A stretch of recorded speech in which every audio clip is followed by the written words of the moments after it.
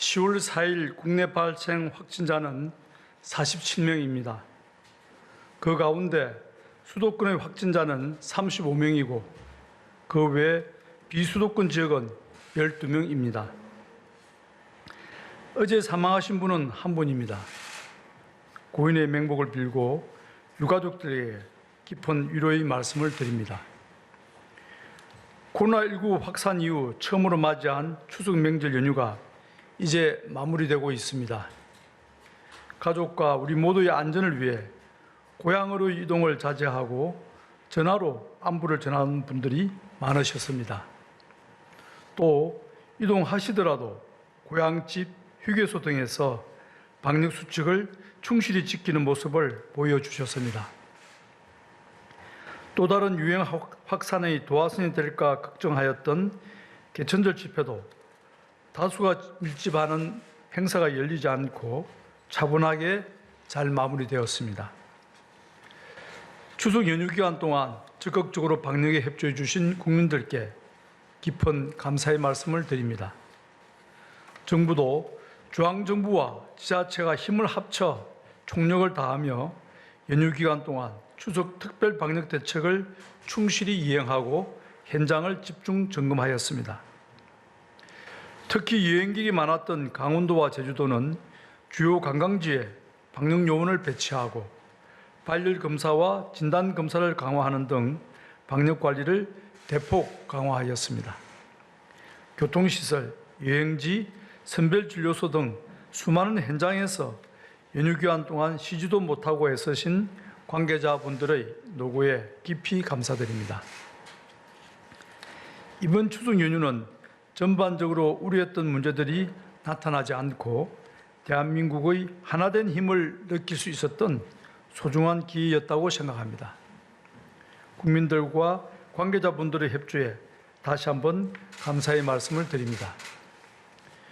국내 발생 환자 수는 전국적으로 50명 내외 수준으로 지속적으로 감소하고 있습니다.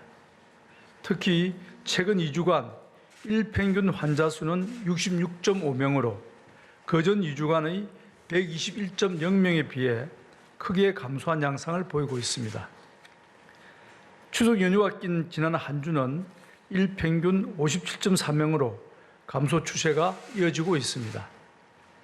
다만 연휴 기간의 검사량 감소 영향과 연휴 이동량 증가에 따른 감염 확산 시기 등을 고려한다면 이번 주 중반은 되어야 현 상황에 대한 정확한 평가가 가능할 것입니다.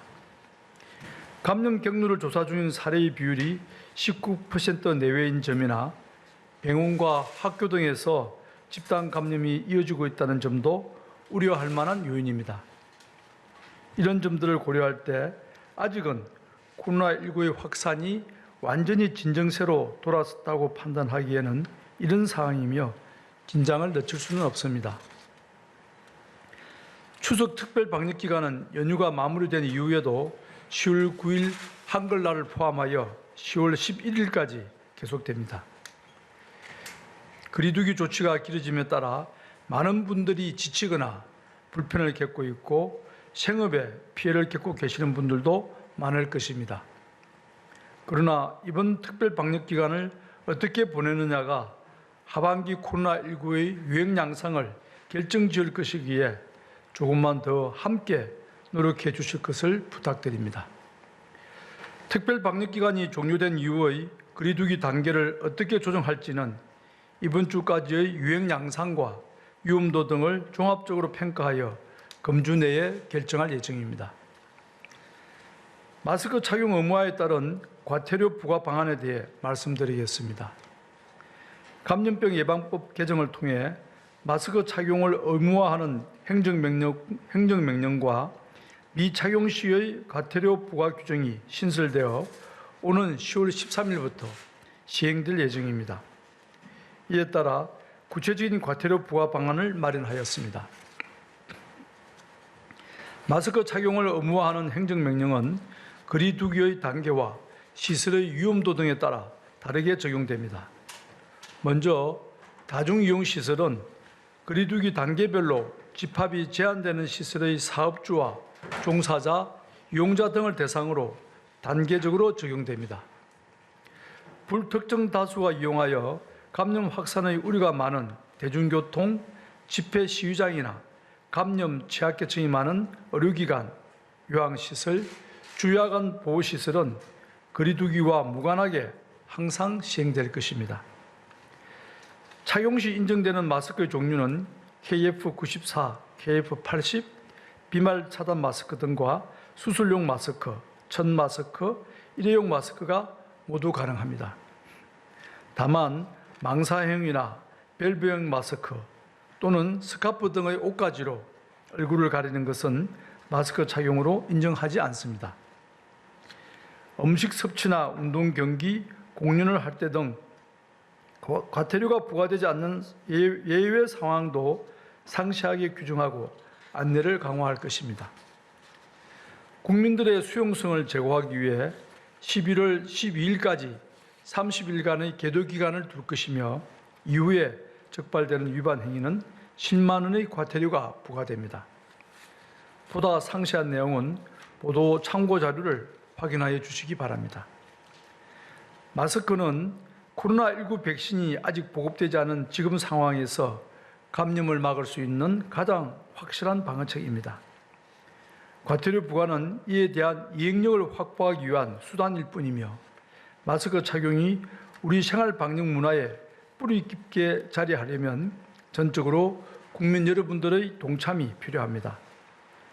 마스크 착용은 자신뿐만 아니라 가족과 이웃의 안전을 지키는 배려라는 점을 잊지 마시기 바랍니다. 최근 환자 발생 양상이 차츰 안정화되면서 생활치료센터의 가동률이 7.7%로 낮아짐에 따라 효율적인 센터 운영 방안을 논의하였습니다. 정원 300명 이상의 센터를 중심으로 운영을 유지하되 이외의 센터는 단계적으로 운영을 종료할 예정입니다. 단, 재유행 시에는 즉시 재가동이 가능하도록 시설과 장비는 유지하며 인력만 철수하게 됩니다. 또한 환자 발생 상황에 따라 생활치료센터를 즉시 가동할 수 있도록 예비지정제를 도입하는 방안도 검토하고 있습니다. 예비지정 단계에서부터 지역 주민들과 충분히 소통하고 생활치료센터가 안정적으로 운영될 수 있도록 준비해 두겠습니다.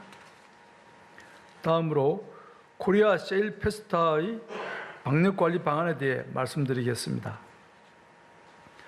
코리아 세일 페스타는 코로나19로 어려운 경제 여건 속에서 내수 진작과 경기 반등을 위해 올 11월 1일부터 15일까지 보름간 개최될 예정입니다.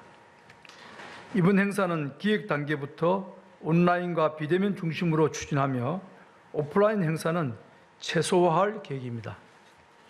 또한 거리두기 단계별 가이드라인을 제시하여 유행이 확산되는 경우 오프라인 행사는 온라인 행사로 전환하거나 행사의 취소, 연기 등이 이루어질 수 있도록 철저히 관리하겠습니다. 특히 지역의 축제나 공연 등 현장 행사는 행사장 내 방역관리자를 지정하고 드라이브스루 판매 등 비대면 운영을 검토하는 등 방역관리를 한층 강화하겠습니다. 방역적으로 안전하면서도 서민층의 어려움을 조금이나마 덜어드릴 수 있도록 최선의 노력을 기울여 준비하겠습니다. 코로나19는 이번 명절의 풍속도도 바꾸어 놓았습니다. 자식들 걱정에 이번에는 고향에 안 와도 된다는 말을 먼저 꺼내신 부모님들과 찾아가고 싶지만 걱정되는 마음에 전화로나마 안부를 전하는 자제분들의 이야기를 들으며 방역당국자로서 죄송스러우면서도 무척 감사한 마음이 들 따름입니다. 하지만 아직 추석 특별 방역기간은 끝나지 않았습니다. 이제 이번 연휴 기간의 여파가 어느 정도일지 조금 더 지켜보아야 하는 상황입니다. 또 공휴일인 한글날이 낀 이번 주말의 연휴도 남아 있습니다. 지금의 노력에 따라 확실한 진정세로 분위기를 전환하고 이를 이어나갈 수 있을지가 결정됩니다. 다음 주말까지 조금만 더 긴장하고 지금의 자세를 유지하여 주시기 바랍니다. 밀폐된 다중이용시설의 이용을 최대한 자제하고 항상 방역수칙을 철저히 지켜주십시오. 국민들 개개인이 생활 속에서 내가 최종적인 방역 책임자라는 태도를 보여주신다면 코로나19는 우리를 위협하지 못할 것입니다. 정부도 최선의 노력을 다하여 국민들께서 일상생활을 찾을 수 있도록 방역관리에 만전을 다하겠습니다. 감사합니다.